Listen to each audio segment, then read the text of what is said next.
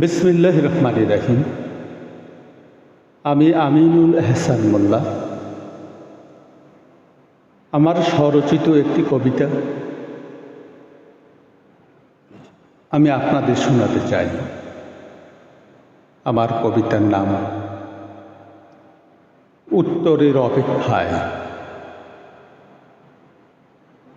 তপ্ত বালুচরে একা দাঁড়িয়ে আমি, ঠিক যেন এক স্নাত চাতক পাখি। তোমার নীরবতা বিষাক্ত তীরের মতো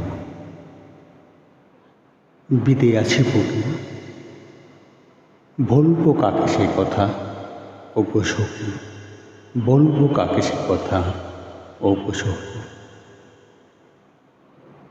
তুমি তো ছিলে শ্রাবণের অবাধ্য মেঘ,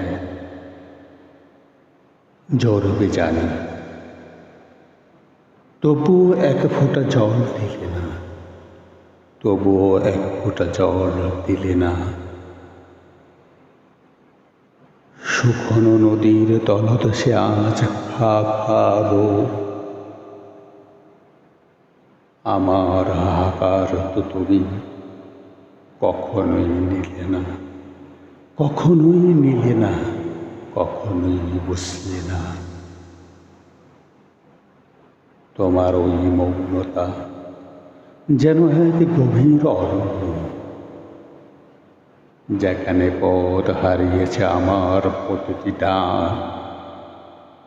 প্রতীক্ষার এই প্রহরগুলো ধারালো কাছের মতো,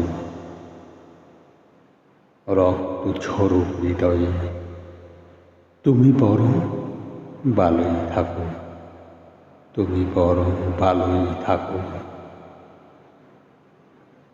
না বলা কথার বোঝা পাহাড়ের চেয়েও ভারী, শূন্যতায় ঘুরে কাছে আমার বেঁচে থাকার স্বাদ, আমার বেঁচে থাকার স্বাদ। উত্তরের আশায় আকাশ পাই, সে থাকা একাকী, সে থাকা একাকী। তবু উত্তর এলো না, উত্তর এলো না। উত্তরের আশায় চাতক পাখির মতো চেয়ে থাকা ওই আকাশে, ওই আকাশে। আমি এক বিপন্ন বিকালের ফ্যাকাশে চাঁদ, আমি এক বিপন্ন বিকালের ফ্যাকাশে চাঁদ, ফ্যাকাশে চাঁদ। যদি একটিবার বলতে ভালো নেই অথবা বাসি না ভালো, যদি একটিবার বলতে ভালো নেই অথবা বাসি না ভালো, তবু মৃত্যু এই অসহ্য অনিশ্চয়তার খেলা, তবুও তো মৃত্যু এই অসহ্য অনিশ্চয়তার খেলা। হত্যাকারীও বোধ হয় দয়া করে শেষবার তাকায়, শুধু তুমি দিয়ে গেলে অবহেলায় এক দীর্ঘ মেলা, শুধু তুমি দিয়ে গেলে অবহেলার দীর্ঘ মেলা, এই দীর্ঘ মেলা। ধন্যবাদ।